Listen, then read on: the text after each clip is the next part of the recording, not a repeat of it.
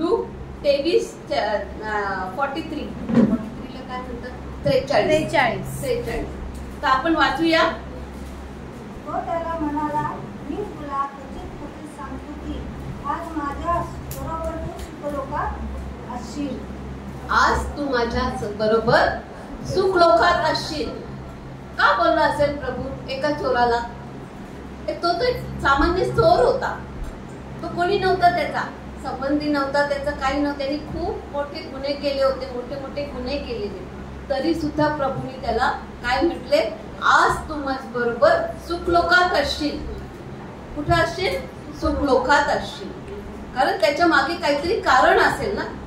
त्या अवस्थेत म्हणजे प्रभूचा त्यांनी इतके फटके दिले, इतके अगदी हे झालेला, तरी सुद्धा त्यांनी काय सांगितलं, आज तू माझ्या बरोबर सुखलोकात असशील.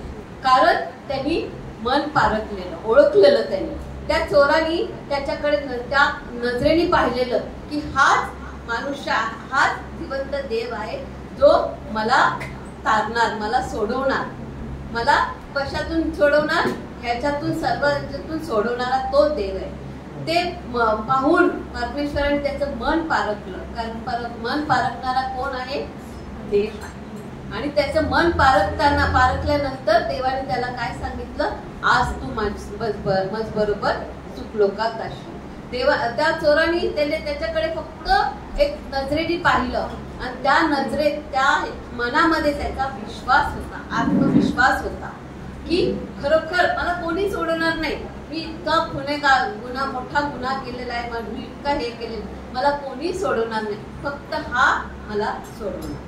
आणि हे त्याला कोणी सांगितलं? त्यांनी स्वतः नाही, पण त्याच्या मनात तो बोलला, आणि त्याच वेळेस तो जो दुसरा चोर होता, 2 चोर होते आणि त्याच्या मधोमध प्रभू येशूला हे केले.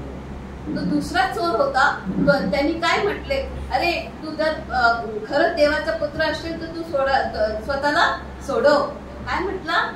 तू स्वतःला सोडव. का तू सोडू शकला नसता? सोडू शकला असता. हे सर्व जे त्याला इतके फटके, ते सगळं सहन त्यांनी का केले? तर आपल्यासाठी. मग त्यावेळेस जो दुसरा चोर म्हणत होता, काय म्हटला? आपण वचन वाचूया. लूक 23:39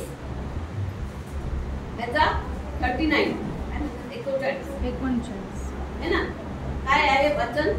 वाचा. वधस्तंभावर शिरलेल्या त्या आपल्यापैकी एकाने त्याची निंदा करून म्हणाले, तू ख्रिस्त आहेस ना, तर स्वतःला व आम्हालाही वाचव. तो काय म्हटला? तू ख्रिस्त आहेस ना, तर तू स्वतःला पण आणि आम्हाला सुद्धा वाचव. तो खरोखर ख्रिस्त असशील तर. पण तो काय, त्याला दुसरा चोर त्याला काय म्हटला? दुसऱ्या वचनात बघा, 40 आणि 41 वाचा. दुसऱ्याने त्याला दंबवून म्हटले, तुलाही तो दंड असला देवाला भीत नाहीस काय? हा दंड तर आघाण्यात आहे, कारण आपण आपल्या कर्माचे योग्य फळ भोगली आहोत, परंतु त्याने काही अयोग्य केले नाही. मग तो म्हणाला, हे येशू, तू आपला राज्याधिकाराने येशील तेव्हा माझी आठवण कर.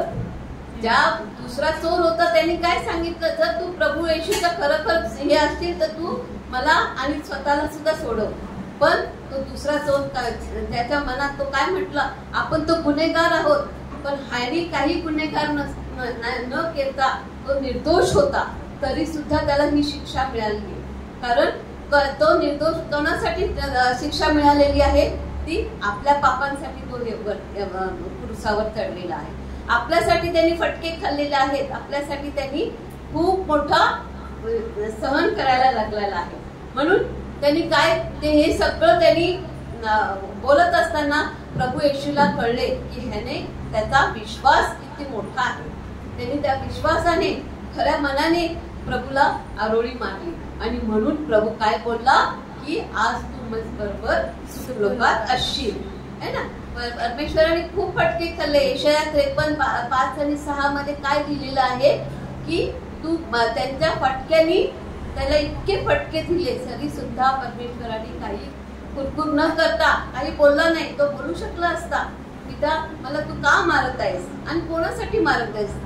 जर आता आपण जगी कोणी असतं जर जर मारत असतं तर आपण पित्याजवळ जाऊन रडलो असतो की पप्पा डॅडी काही पण म्हटलं असतं तुम्ही का मला एवढी शिक्षा देताय. पण तो त्याच्या बापाच्या आज्ञेत होता. कोणाच्या आज्ञेत होता? त्या परमेश्वराच्या आज्ञेत होता. तो सर्व काही करू शकला असता पण त्यांनी काही न करता त्यांनी स्वतःचा तर विचार केलाच पण त्याच्या शेजारी जो चोर होता त्याचा सुद्धा विचार केला. त्याच्या त्या अवस्थेत सुद्धा एकदम पूर्ण बेशुद्ध होता म्हणजे अर्ध्या अवस्थेत होता तरी सुद्धा त्यांनी त्या चोराची काळजी केली आणि त्या चोराला सांगितलं आज तू खचित बरोबर सुखसुखात असशील. कारण त्याला माहिती होतं की हा गुन्हेगार आहे आणि त्याच्या गुन्ह्यासाठी मी माझा प्राण प्रभू क्रूसावर केलेला आहे. ह्या सर्वांच्या गुन्ह्यासाठी पिता परमेश्वराने मला आज्ञा केली की मी स्वतःचा प्राण क्रूसावर द्यावा. आणि त्यासाठी त्या चोराने स्वतःला काय म्हटले की मी तर किती गुन्हे केले, खूप मोठे मोठे डाकू टाकले, गुन्हे केले पण त्यांनी काही न करता दुसऱ्या चोराला पण त्याला सांगितलं की तू काय असं बोलतोस की हा हे करू शकेल का. तो करू शकणार कारण तो जिवंत परमेश्वराचा मुलगा आहे आणि तोच आपल्याला सोडवणारा देव आहे. हा त्याचा आत्मविश्वास आणि त्याचं मन पारखून देवानी प्रभू येशूनी त्याला काय म्हटले आज तू मज बरोबर सुखलोकात असशील. कारण परमेश्वर प्रत्येकाचं मन पारखणारा देव असतो. पास्टर नेहमी म्हणतात ना आपण इथं बसतो पण आपलं मन कुठं असतं? घरी असतं. घरी काय चाललंय कसं हे चाललं पण म्हणून तर त्याच्यासाठी परमेश्वराचा आपण ज्या वेळेस येतो आणि म्हणून प्रभू येशूनी त्याचं मन पारखून त्याला सांगितलं की आज तू मज बरोबर सुखलोकात असशील. आणि ज्यावेळेस तो असा बोलला त्यावेळेस त्या चोराला किती आनंद झाला, खूप आनंद झाला की मी जगीतरित्या मी खूप गुन्हे केले कोणी मला नाही हे केलं पण हा प्रभू येशू पवित्र माणसाने मला सोडवले. माझ्या आत्म्याला त्यांनी स्वर्गात नेले. कुठं नेले? सुखलोकात नेले. कारण जगीतरित्या तो खूप मोठा गुन्हेगार होता ना, खूप गुन्हेगार होते. त्यांनी खूप चोरी केल्या, गुन्हे केले पण ते सर्व त्याला क्षमा करून प्रभू येशूने त्याला काय म्हटले की तुझ्या सर्व पापांची क्षमा करून आज तू मज बरोबर सुखलोकात असशील. त्यावेळी त्या चोराच्या मनाला किती आनंद झाला असेल की नाही की मला फाशी होणार आहे, मला त्याच्यासारखे सगळे किळे टोकणार आहे, मला त्याच्यासारखी सजा होणार आहे पण माझा आत्मा कुठे जाणार आहे? सुखलोकात जाणार आहे. आणि त्यासाठी मी प्रभूला किती वेळेस जरी धन्यवाद केला तरी सुद्धा कमीच आहे. कारण त्यांनी त्याच्यासाठी सुखलोकात जागा तयार केली तशीच आपल्यासाठी सुद्धा प्रभू येशूंनी सुखलोकात जागा तयार केली. कारण त्या रीतीने आपण सुद्धा गुन्हेगार आहोत आणि होतो आणि त्याच्यासाठी आपल्यासाठी प्रभू येशूंनी क्रूसावरती अर्पण केला. आपल्या गुन्ह्यासाठी परमेश्वर आहे आणि आपल्याला तारण मिळवण्यासाठी आपल्याला प्रभू येशूंनी तारण देण्यासाठी पिता परमेश्वरने आपल्या एकुलत्या एक मुलाला काय केलं की प्रभू येशूवर क्रूसावर टाकलं. किती फटके खाले त्यांनी, किती मार सहन केला, किती छुरीतूप सहन केला आणि हे सर्व त्या चोरासमोर होत होतं. तो चोर पाहत होता, एका साईडला जो चोर होता तो पाहत होता की हे लोक किती त्या निर्दोष माणसाला कितीतरी त्रास देत आहे तरी सुद्धा त्याच्या तोंडात एक शब्द सुद्धा आला नाही की बाप्पा का मला एवढा त्रास देत आहेस का पिता परमेश्वरा. पण त्यांनी पित्याच्या आज्ञेत होता म्हणून त्यांनी काही न करता सर्व काही सहन केले. कारण का?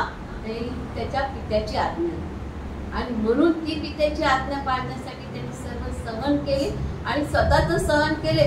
तर त्याच्या शेजारी असताना तो चोर होता त्याला सुद्धा आपल्या संगती प्रभू पित्याजवळ सांगितलं की ह्याला सुद्धा माझ्या संगती सुखलोकात घेऊन जा है ना.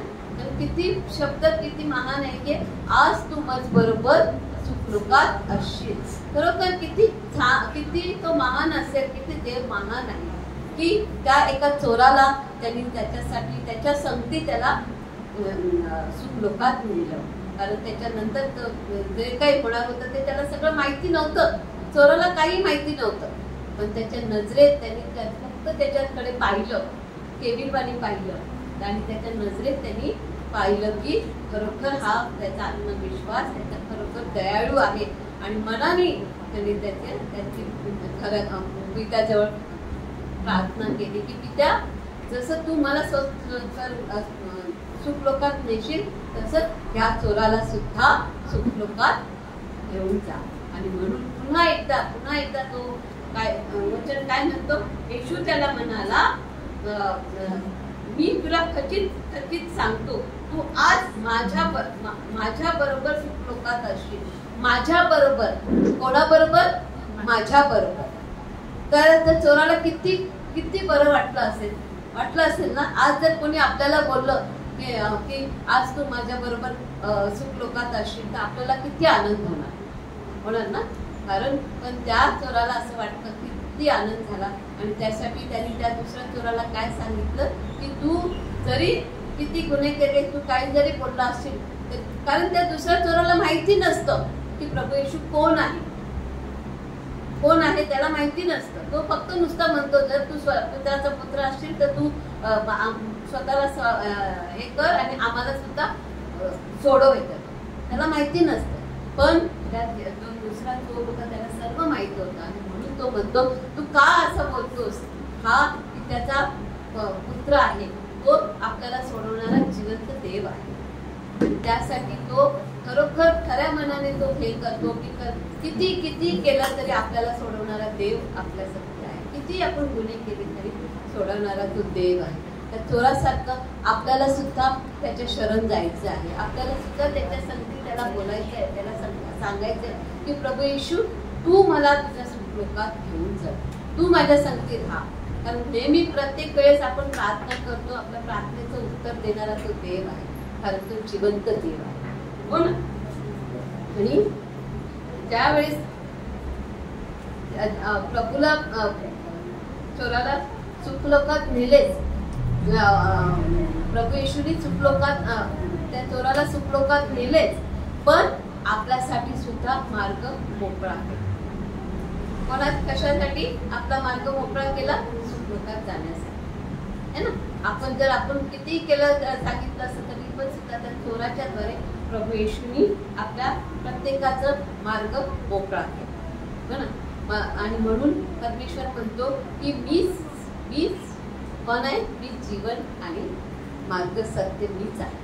तर माझ्याद्वारे कोणी केल्याशिवाय कोणीच कुठे जाऊ शकणार नाही. तर माझ्याद्वारे तुम्ही पित्याजवळ जाऊ शकता.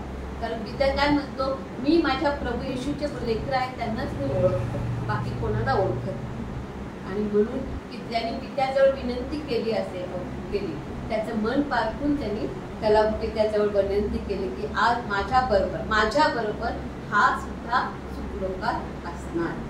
आणि म्हणून परमेश्वराचा धन्यवाद करायचा आहे की आज आपल्याला हे सुंदरचं वचन दिलेलं आहे. ह्या वचनाच्या अनुसार आपण चालण्यासाठी, मनन करण्यासाठी आपल्याला सहाय्य आणि मदत करू. आपण शेवटचं वचन वाचूया, अनुवाद 34:12. काय म्हटलेलं आहे अनुवाद 34:12 मध्ये की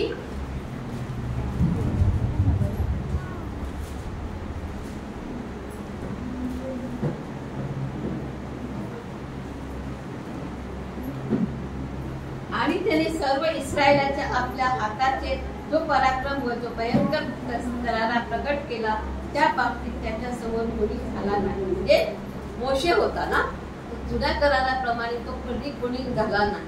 तसंच ह्या नवीन करारामध्ये प्रभू येशू शिवाय कोणी झालेलं नाही. आणि कारण या नवीन कराराप्रमाणे प्रभू येशूच हा आपला तारण करणारा आहे. आणि म्हणून ह्या वचनानुसार परमेश्वर तुम्हाला आशीर्वादित करो आणि वचन पुन्हा एकदा सहाय्य आणि मदत करो.